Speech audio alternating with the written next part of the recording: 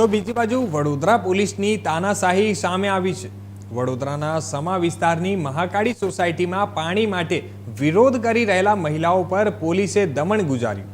પાણીની માંગ કરનાર 15 થી વધુ મહિલાઓની પોલીસે અટકાયત કરી હતી।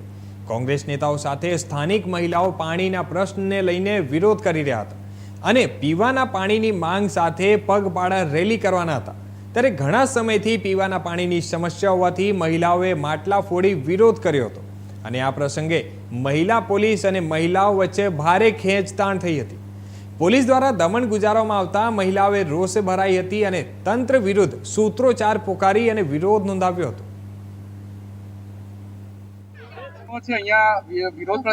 સોસાયટીમાં ઉભા રહીને પ્રદર્શન કરી રહી હતી મહિલાઓ શાંતિપૂર્ણ અને પોલીસે દમન ગુજારીને એમની અટકાયત કરી છે।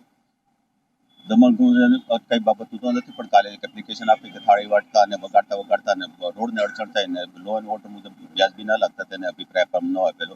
આની તૈયારી રૂપે જે પ્રદર્શન કરતા એ વ્યાજબી નહોતું, એટલે પોલીસે 7 લેડીઝ અને 8 જેન્ટ્સને ડિટેન કર્યા છે। અચ્છા, જે રીતે સોસાયટીની અંદર વિરોધ કરી રહ્યા હતા, રોડ પર આવે તો કોઈ પણ પ્રકારનો અત્યાચાર લોકોને અડચણ થાય, રોડ ઉપર આવવાની તૈયારી જ હતી એટલે પોલીસે। પણ જ્યારે સોસાયટીમાં કરી રહ્યા હોય રોડ પર આવે તે સમયે હા, તો એની રાહતા ન જોય મેડમ। સાહેબ નિયમ શું છે? સોસાયટીની આંગણે ઉભા રહીને પ્રદર્શન ના કરી શકે, ભેગા ના થઈ શકે? હવે ડિપેન્ડ કરે છે કે લો એન્ડ ઓર્ડર મુજબ પોલીસને શું લાગ્યું છે એ મુજબ કરીએ। અચ્છા, આપના દ્વારા જ્યારે મહિલાઓ માંગણી કરી રહી હતી, જે રીતે વાતચીત કરી રહ્યા હતા, મીડિયા સમક્ષ પોતાની વાત મૂકી રહ્યા હતા, તે દરમિયાન આપના પોલીસ દ્વારા મહિલાઓને ધક્કે ચડાવવામાં આવી હતી। આ કેટલું યોગ્ય વર્તન કહી શકો છો? મેં ત્યારે હાજર નહોતો એટલે મને ખ્યાલ નથી આ બાબતે। અચ્છા, જે રીતે પીઆઈની એક જવાબદારી એક ફરજ બનતી હોય છે કે વિસ્તારમાં જે પ્રકારની ઘટનાઓ બનતી હોય એને રોકવા માટે ત્યાં હાજર રહેવું, જે રીતે જ્યાં દરમિયાન કોન્સ્ટેબલ મહિલાઓ વચ્ચે ઘર્ષણ ચાલતું હતું, પીઆઈ તો સ્થળ છોડીને જતા રહ્યા। ના, પીઆઈ હાજર હતા તો સવારના એના બાબતે એ ડિપાર્ટમેન્ટની બાબત છે। અને આપની મહિલા કોન્સ્ટેબલો જ્યારે મહિલાઓને ડિટેન કરી દીધી એના પછી હસીને જશ્ન મનાવી રહી છે, આ કયા પ્રકારનું પોલીસનું વર્તન? કયા પ્રકારનું જશ્ન તમારા ધ્યાનમાં એટલે હસી રહ્યા હતા મોટે મોટેથી કે આપણે કોઈ મહિલાઓને હસતું હોય તો એનો મતલબ કે જશ્ન મનાવવું એવું કોણે કીધું?